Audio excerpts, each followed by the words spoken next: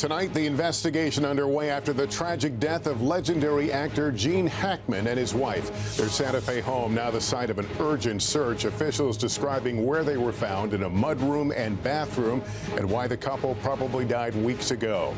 The 911 calls just in tonight and why so far foul play is not suspected, but not off the table. And we'll remember Hackman's remarkable body of work, 2 Academy Awards, and some of the most iconic performances, from Superman to the Royal Tenenbaums. The British Prime Minister at the White House with the president as Europe worries about U.S. commitment to Ukraine. President Trump saying he believes Vladimir Putin would abide by a peace deal, and what Keir Starmer told me in my one-on-one. After the rash of collisions and close calls in the skies and at airports, our exclusive interview with the Transportation Secretary, what he says about pilots involved. If you don't listen to or don't adhere to air traffic control, your pilot's license should be yanked? Hell yes. Controversial social media star Andrew Tate and his brother fly to Florida, charged with sex trafficking in Europe. But why are they here now? And when this school bus caught fire, the driver jumped into action to get a busload of kids out alive. This is NBC Nightly News with Lester Holt. Good evening and welcome. Tonight's shock in Santa Fe, where screen icon Gene Hackman and his wife were found dead in their home. Their dog also deceased nearby. Authorities calling their deaths suspicious. Investigators spent the day searching the New Mexico compound for clues, saying the couple was likely dead for some time before being discovered by a groundskeeper with the front door ajar.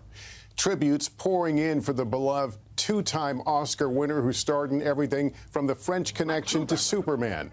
Police revealing Hackman's wife was found with prescription pills scattered around her, and 95-year-old Hackman was found in a separate room with a pair of sunglasses near him, possibly indicating a sudden fall. Investigators adding there was no indication of a struggle, but the cause of death is unknown. Dana Griffin reports tonight from just outside of their family home. Tonight, chilling new details in the death of legendary actor Gene Hackman and his wife of 34 years, Betsy Arakawa. You know, all I can say is they have been deceased for quite a while. Their bodies found Wednesday afternoon after a groundskeeper called 911 after arriving at their Santa Fe, New Mexico home and seeing them through a window. Are they moving at all? No, dude, they're not moving. Just send somebody out here really quick. Authorities are investigating the deaths as suspicious, but have already ruled out a carbon monoxide leak and say there were no obvious signs of foul play. There was no indication of a struggle. There was no indication of anything that was missing from the home or disturbed. When deputies arrived, they located the body of Hackman's 65-year-old wife in a bathroom located near the front door, which was open according to the warrant. Officers noted an orange bottle of prescription pills scattered on the countertop and a space heater near her head, which detectives say could indicate she fell abruptly to the ground. 95-year-old Hackman was found dead in a mudroom near the kitchen, according to the warrant. It states his cane was next to him, indicating he may have fallen and was unable to get up. Deputies also found the couple's German Shepherd dead in her crate. The warrant says both Gene and Betsy's bodies showed signs of decomposition. This is an investigation, so we're keeping everything on the table. You know, I think the autopsy is going to tell us a lot. There's some here, I saw it. Gene Hackman had come to define what a true actor is. To be the best that you can be. With the uncanny ability to vanish into any role, Hackman drew from within to put nuance into all the tough guy roles he portrayed. All right, Popeye's here. Is it gun just for show? Hackman was 36, playing the simple-minded Buck Barrow in Bonnie and Clyde when Hollywood took notice. Woo! Soon after, his tough-as-nails good cop Popeye Doyle in The French Connection earned him his first Oscar. Hackman won his second Oscar for playing a bad sheriff in 1992's Unforgiven. Misfire. But he felt the tough guy roles never really pushed him. We were cast so close to type in films that you can only do so much within your own persona. Towards the end of his career, Hackman found he preferred comedy for the challenge. Comedy's harder because, you know, it isn't arbitrary. If they don't laugh, it doesn't work. Moving to Santa Fe after retiring, Hackman continued to work as a novelist, publishing his 5th book in 2013. Always letting his actions speak for him, on the written page and the silver screen. Tonight, the Sheriff's Department says they are awaiting official toxicology and autopsy results to help them determine the exact cause of death. They say this remains an ongoing investigation. Meanwhile, the Hackman family releasing a statement saying they are devastated by the loss. Lester? Dana Griffin starting us off tonight. Thanks. And now to that high-stakes meeting between President Trump and British Prime Minister Keir Starmer. Mr. Trump saying his approach to Russia in Ukraine talks will be to trust but verify. Starmer not mincing words about Putin in our interview just a short time ago. Tonight, President Trump and British Prime Minister Keir Starmer reaffirming the country's enduring special relationship. In a moment of real danger around the world, this relationship matters more than ever. A high-stakes meeting as talks start to end the war in Ukraine. President Trump saying he's confident any deal with Russia's President Putin will last. I don't believe he's going to violate his word. You know, it's trust and verify. Let's call it that. And he was asked, can he get back Ukrainian territory that Russia seized? A lot of the sea line has been taken. We're going to see if we can get it back or get a lot of it back for Ukraine, if that's possible. President Trump saying Ukraine's President Zelensky will come to the White House tomorrow to sign a deal giving the U.S. access to Ukraine's rare earth minerals to pay back the U.S. for billions of dollars in aid to Ukraine. And the president was pressed about his previous comments calling Zelensky a dictator. Do you still think that Mr. Zelensky is a dictator? Did I say that? I can't believe I said that. Next question. Hello. Prime Minister, how are you? Very nice. We spoke with the Prime Minister moments after that White House meeting. If I understand President Trump correctly, he says, let's do a peace deal regarding Ukraine first and then come back and visit the area of security guarantees. That doesn't sound like what you came here to tell him. Well, let me first start by saying that President Trump has changed the conversation on Ukraine, and so it's created this opportunity, and we all hope that that deal is forthcoming. What's most important, I think, is that it's a lasting deal, that it's not just a temporary pause, and to be lasting, it's important that the deal is defended, that Putin knows he can't go again, and that's why I've been concerned to ensure that on the European side, all countries, including the United Kingdom, step up. And I've said that we are willing to play our full part in any security guarantees. And also, obviously, talking to the President about what that might look like. You said in a news conference today that you're all in, that you're ready to go to put boots on the ground. What's your larger message about what the UK is willing to do and advance forward in the name of peace? The first element is a wider argument, which is that Europe and the United Kingdom need to do more in our own defence. And that's why this week I announced the biggest sustained increase in defence spending since the Cold War. That's the macro argument about the defence of the continent.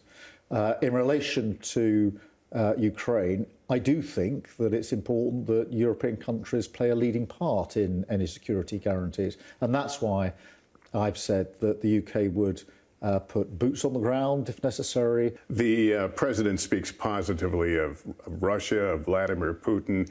He's the one that ultimately he'll have to negotiate with. Do you trust Vladimir Putin as a good faith bargainer?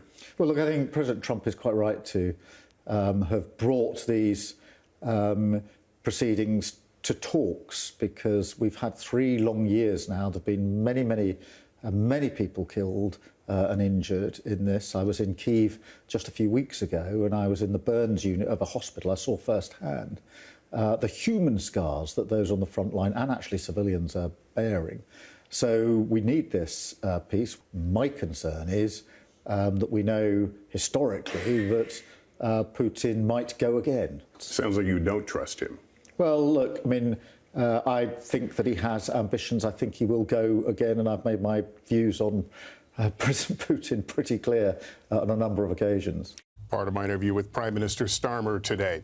Just breaking, we have learned the government's climate and weather agency NOAA is laying off 5% of its staff, while earlier foreign aid workers at USAID cleaned out their desks. Here's Garrett Hake. An emotional exodus at the former headquarters of USAID. I've dedicated 13 years of my life to this. Where recently fired federal workers were given just 15 minutes to clear out their desks. The Trump administration recently fired 1,600 staff and placed thousands more on leave at the agency that doles out foreign aid. They're treating us like the enemy. Ben Thompson, a Europe-focused communications specialist, criticizing Elon Musk, whose Department of Government Efficiency quarterbacked the cuts. He's not going through with the fine-tooth comb. He's tearing down our institutions for fun. It's a game. It's not public service. Musk on Wednesday defending federal worker layoffs, saying it's critical to reduce government spending. If we don't do this, America will go bankrupt. President Trump today praising the cost cutting. We are having great success in slimming down our government. It's been really very successful. USAID supporters note the agency provides food aid to 28 million children per year worldwide suffering from malnutrition and treats more than 5.5 million children around the globe every year with pneumonia. These are real people that are going to suffer from USAID not being there. But Republicans call much of USAID's spending wasteful, pointing to items like $2 million given to an organization for gender-affirming health care in Guatemala and $13 million to put on a Sesame Street production in Iraq. We owe the American people the assurances that every dollar we are spending abroad is being spent on something that furthers our national interest. And Garrett, meantime, President Trump made headlines today regarding plans for new tariffs.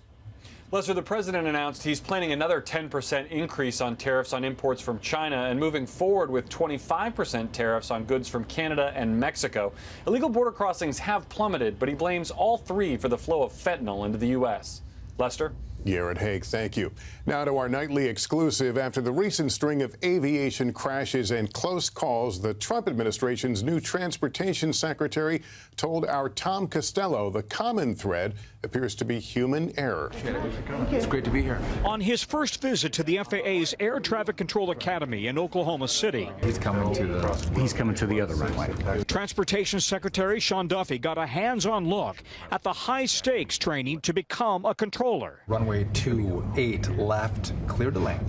His visit comes as the NTSB and FAA are investigating a string of aviation crashes and close calls in Washington, D.C., Nome, Alaska, Toronto, and this week's close call on the runway at Chicago Midway Airport. Southwest 2504 going around. Is there anything that connects them, or is it the possibility of human error? They're all very unique. But I do think in all of them, and again, not exclusively, not 100%, but a majority probably of the errors go to the pilots, right? There's some pilot error at play in each of these incidents. The NTSB chair says it appears the private jet pilot who taxied in front of a Southwest plane had failed to follow controller instructions to hold and wait. FlexJet, the owner of the company, says it's conducting its own investigation. Any action to rectify and ensure the highest safety standards will be taken. Your message after the Midway incident was, if you don't listen to or don't adhere to air traffic control, your pilot's license should be yanked?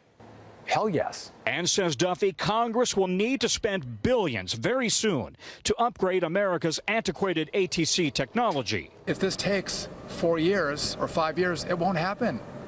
And then if it fails and people get hurt or people die, everyone's going to be disappointed. Meanwhile, the FAA is still short some 3,000 to 4,000 controllers and struggling to hire and train enough to replace those who leave. The academy is not easy. 35% of the students here quit, fail, or wash out.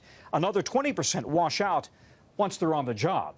It's a stressful job, but you also need to be able to control your nerves. After hearing from students, Duffy today announced steps to attract what he calls the best and brightest, fast-tracking students with the highest application test scores, accelerating the hiring process, and a 30% pay hike for Academy students. $160,000 a year, 3 years after you graduate.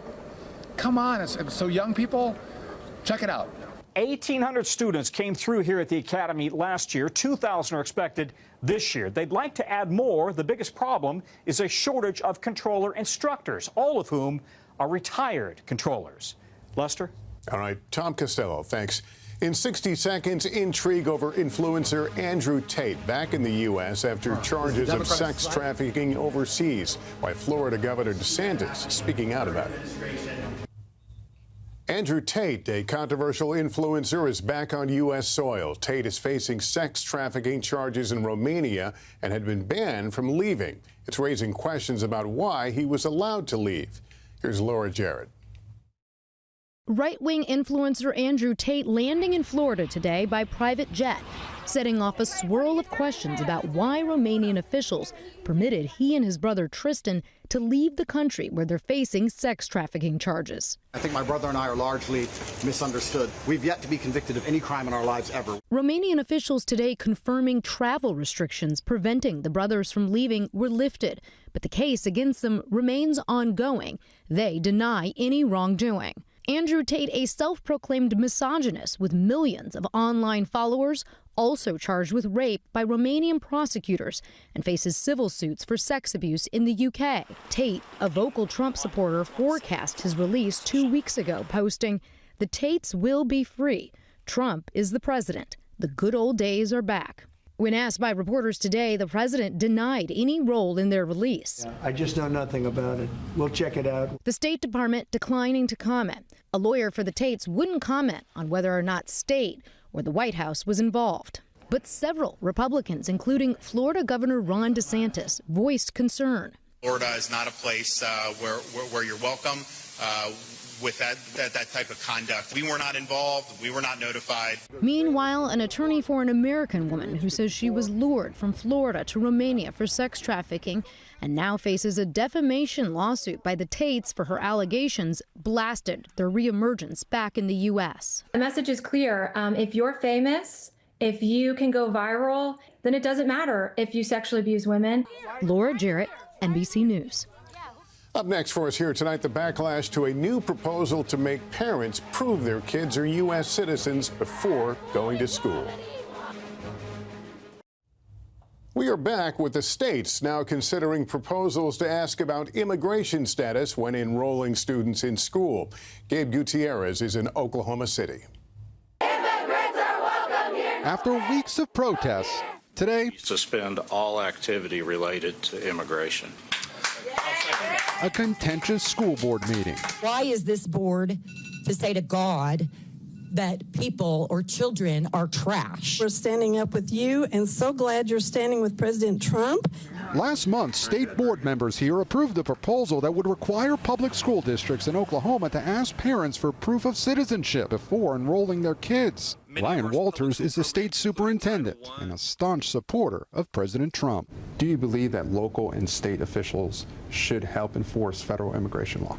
Absolutely. They should be following every order, every directive from the Trump administration.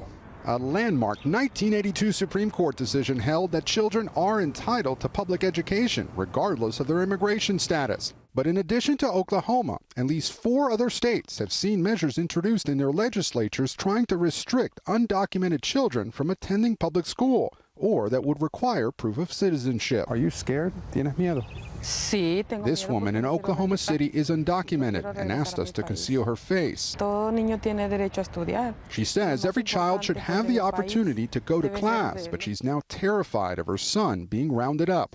Walters, the superintendent, is now facing backlash from within his own party. Do you support it? No, I don't. Governor Kevin Stitt, a Republican who says he supports Trump's immigration policies, argues Walters is going too far. I've never heard President Trump say, I'm going to go pick on kids. I've heard him talk about criminal elements and get them out of our country. The proposal now heads to the Republican-controlled legislature here, but even if lawmakers were to sign off, the governor says he'll veto it. Lester? All right, Gabe, thanks. When we come back, the school bus fire, children rescued by the driver, why he is now being called a hero. In Ohio, a heroic bus driver's swift action saved his students after a fire broke out on board. Here's Maggie Vespa. Heart-stopping video of a near tragedy in Ohio. This is going to be a bus vehicle on fire, unsure if it is occupied. Showing massive flames and black smoke engulfing a Cleveland Heights school bus during its morning run to a local middle school. The district confirming there were 15 students on board. Every child is accounted for. Every child's off the bus. Firefighters hailing the bus's driver for acting quickly and getting everyone out safely. It's just a blessing that the kids got out alive. Witnesses saying they heard a loud explosion. I saw the girl waiting for the bus.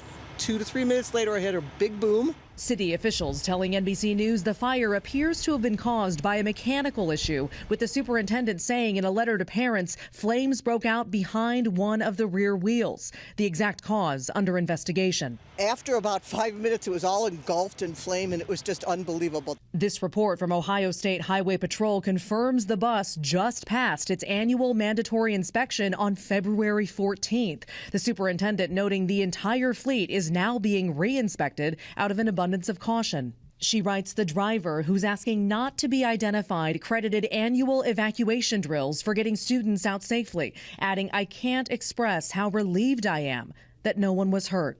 Maggie Vespa, NBC News. And that is Nightly News for this Thursday. Thank you for watching. I'm Lester Holt. Please take care of yourself and each other. Good night. Thanks for watching. Stay updated about breaking news and top stories on the NBC News app or follow us on social media.